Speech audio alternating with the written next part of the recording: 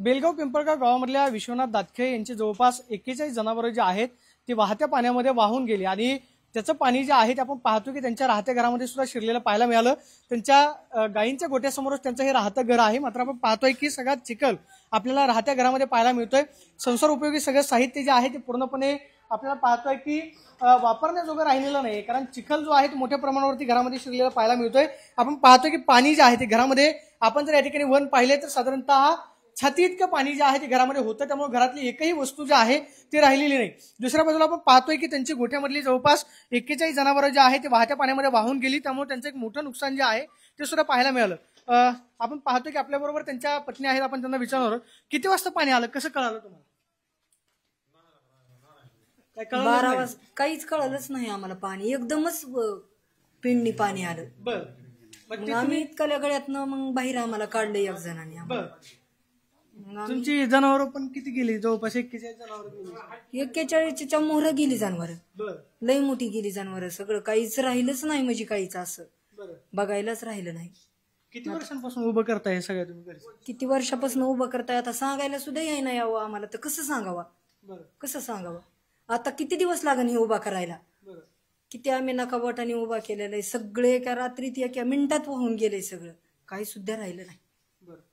म्हणजे आता दावणीला जनावरच राहिले नाही, जनावरच राहिली नाहीत दावणीला, आता जगायचं कशावर आम्ही नेमकं?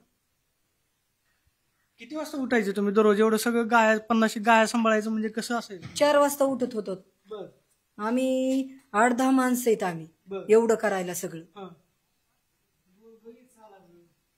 घडीत ठेवलेलं इथं आमच्या घरची, इथं आमचं कुटुंब आहे मोठं, सगळं गेलं, आता काय राहिलंच नाही, काय तर बघायसारखं काहीच राहिलं नाही, सांगायला पण याय नाही काहीच, घरातलं पण काही राहिलं नाही, घरातलं पण सगळं धुवून गेलं, सगळ्या घरात पण पाणी झाले, सगळ्या मोठं नुकसान झालंय, मोठं नुकसान झालंय, सांगायसारखं पण नुकसान नाही, इतकं मोठं झालंय, जगायचं कशावर म्हणून असं वाटायला लागलंय। धीर सुटून गेलाय आमचा धीर, पण धीर थोडं हीच केलंय, सावरलंय माणसांनी बाहेरच्या आम्हाला की धीर धरा म्हणून, पण धीर बसा नाही आमचा। म्हणजे काय मनच लागेना असेल तुमचं? मनच लागाना म्हणजे मन लागायजोगं नाहीच ना, काही राहिलंच नाही ना, कसं मन लागल, कसं मन लागल?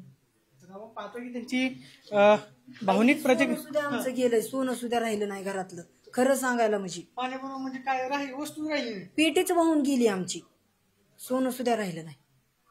आपण पाहतोय की त्या सांगतात की दुभत्या जनावरांवरती हा सगळा संसार उभा केलेला होता, मात्र डोळ्यादेखत सगळी जनावरं वाहून गेली, त्यामुळं आमच्यासमोर एक मोठा प्रश्न निर्माण झालेला आहे।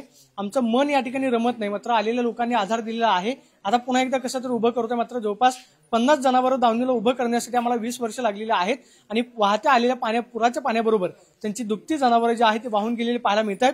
त्यांना या दुःखातून सावरण्याची, संकटातून बाहेर पडण्याची शक्ती जी आहे ते आपल्या सगळ्यांच्या माध्यमातून मिळून आणि राज्य सरकारच्या मदतीनं सुद्धा त्यांना आर्थिक सहाय्य जे आहे ते लवकरात लवकर केलं जावं हीच अपेक्षा आपण करूयात। कॅमेरा पर्सन अभिषेक प्रदीप कापसे, TV9 मराठी, बेलगाव पिंपळगाव, धाराशिव।